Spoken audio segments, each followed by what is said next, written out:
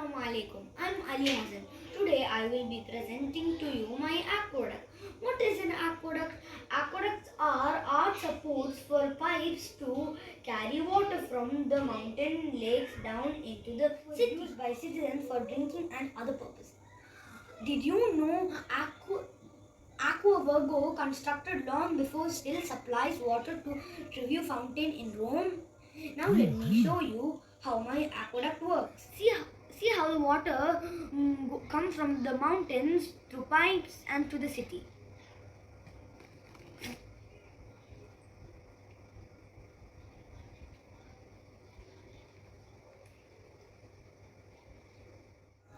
Aqueducts get water from high mountains, then they carry the water through pipes along the bridges into the city. From there they use it for drinking and other purposes. This is an aqueduct, and I made it out of Lego. An aqueduct transports water from a town to city.